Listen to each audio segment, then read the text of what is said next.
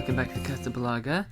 In this episode, which is the Christmas episode, 2024, I am covering the best Christmas pageant ever, which is a 2024 Christmas movie directed by Dallas Jenkins and starring Judy Greer, Pete Holmes, Belle, Wright, and Beatrice Schneider. It is based on The Best Christmas Pageant Ever by Barbara Robinson.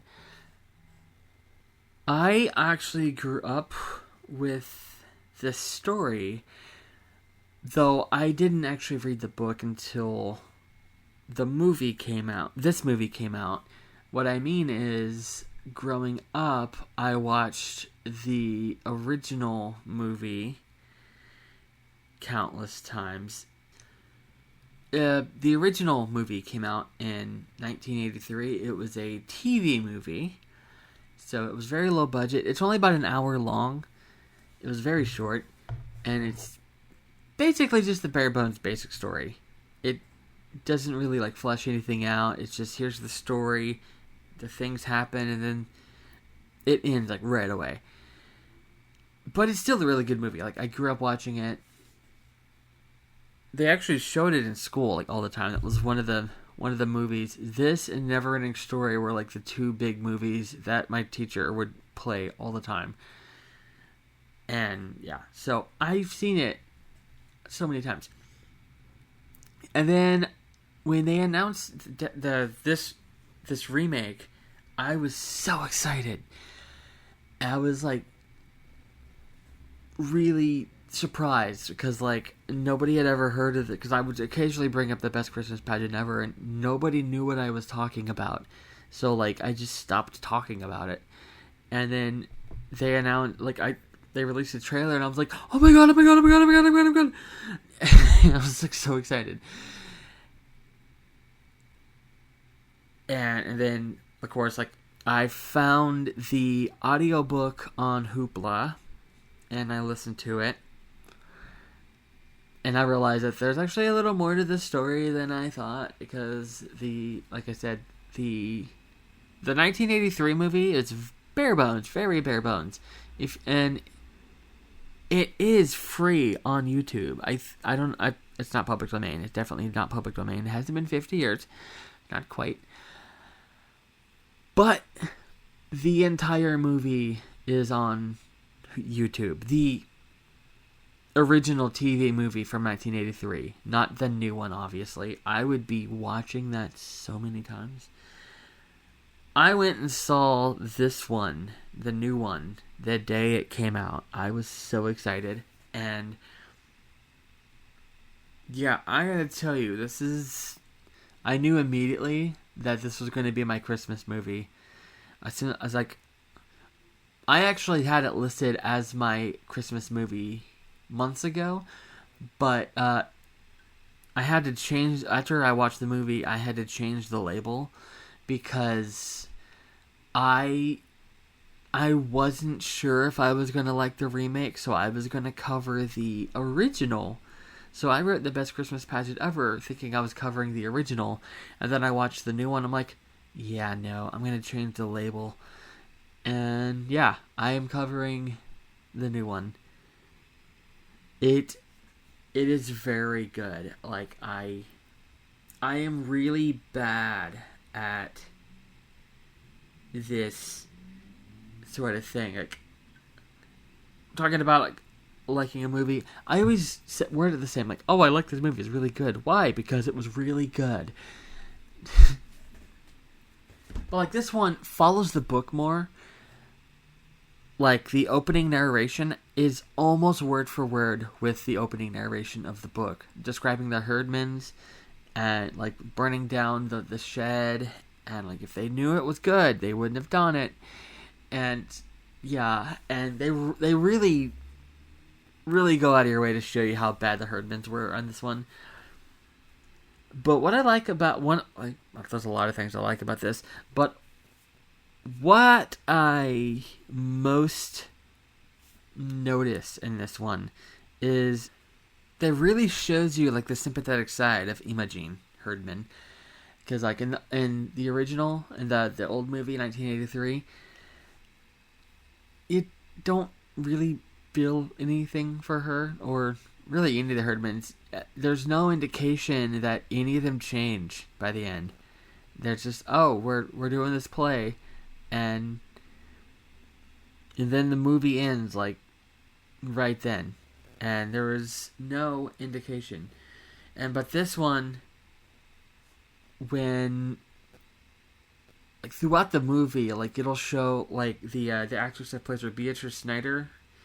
She was really good, and I hope she like actually she doesn't even have a Wikipedia page. Like I hope she like has like a full career, because like this her acting in this, she can play like really mean, aggressive, and you can see why everyone's afraid of her. But then she could turn around in the next scene, and you're like, oh, there's a deeper thing going on with this character, where she looks at the painting of the Virgin Mary, and there's this, I was gonna say like longing for something. Like I don't know how to, like the word, like they're trying to express sadness. Like she doesn't have a loving mother there for her, because like they put more emphasis in this version that no, the mother's there, but she's never around. She just works all the time.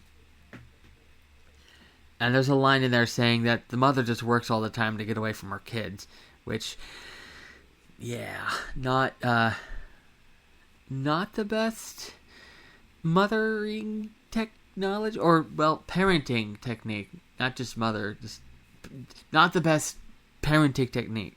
Parenting technique, working all the time just to avoid your kids, because yeah, I wouldn't recommend doing that. And there are several times in this movie where it shows them, like the Herdmans, actually, you can see them progressing. Like you can see, like if they make sequels to this, then it'll show them like by the end of the trilogy, they'll be Christian kids, and everyone will be like, oh, those Herdmans, yeah, they're good kids. But that's not going to happen, because there actually are a trilogy of books, and I didn't know that until now. Well, not like literally now. I meant like whenever I was looking up the best Christmas pageant ever audiobook, it says part of the Herdman series. I'm like, wait, what? There's also the best Halloween ever and the best school year ever, and they take place after the best Christmas pageant ever, and the Herdmans are bad kids again. So, at least in the books, the good vibes that it has kind of a similar ending in the book as the movie, where like it kind of implies that the Herdmans are going to, they're on the right track to being good kids. But then there's 2 sequels that shows, oh, actually, no, never mind. Forget that. Forget the ending of the first book. So maybe it's a good thing they don't make those into movies. Unless they make them prequels. And then the ending of the story is the best Christmas pageant ever. I don't know. But I hope they don't do that. Just don't even touch the sequels. It's like Charlie and the Great Glass Elevator. We've seen 2 adaptations. There's Willy Wonka and the Chocolate Factory, and then Charlie and the Chocolate Factory. But let's never touch the sequel. Pretend it doesn't exist. In fact, I'm sure anyone listening to this is probably the first time you're hearing that Charlie and the Chocolate Factory, the book, has a sequel. Do not look it up. Do yourself a favor. I listened to the audiobook long ago. I regret it. Don't look it up. I am warning you. And I didn't listen to the audiobooks of the sequels, because I read the synopsis, and I didn't want it to ruin my outlook on the ending of the first book, because like I liked where it left things, and then she had to keep making sequels, and then nope, forget the lesson you learned in this book. Just wipe it all away.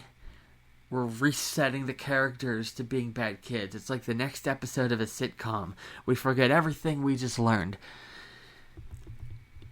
This new movie is really good. I highly recommend it.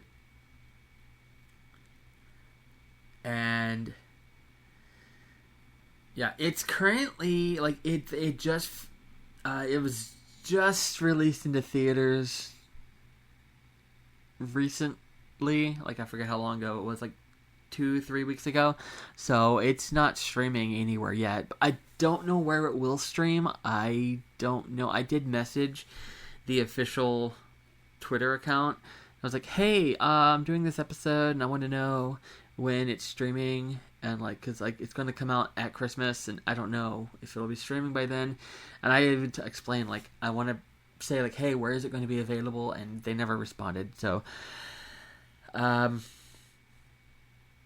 yeah, currently you can't watch it anywhere, but like I said, you can watch the 1983 movie for free on YouTube. It is inferior to the new film, but it is still really good. And that's not just nostalgia talking. Because like I was watching it, like, oh, I remember this. Oh, I remember this scene. Oh, this is that part. And there was a couple parts that I was like, oh, that's where this is from. Because I'll have like vague memories or something, and I'm like, where do I get that memory from? And then like the scene will come on, I'm like, oh, this is from here. But I'm also speaking of as a movie, like, I give the 1983 movie like 7 out of 10, and the new one I give like a 9 out of 10. So like this, I'm not really doing rankings anymore on this show, but yeah, just to give you an idea, like, it's still good. It's just, it'll hold you over until the new one is streaming or available on Blu-ray. I plan on buying it, maybe. I don't know. We'll see when it comes out. I will definitely be streaming it. And I forgot to mention, Dallas Jenkins is the creator of The Chosen, which is that show about the life of Jesus. I've been watching that one. They've just finished season 4. They're filming season 5 right now, and they're planning on doing 7 seasons, and I cannot wait. I just had to throw that out there. And cut.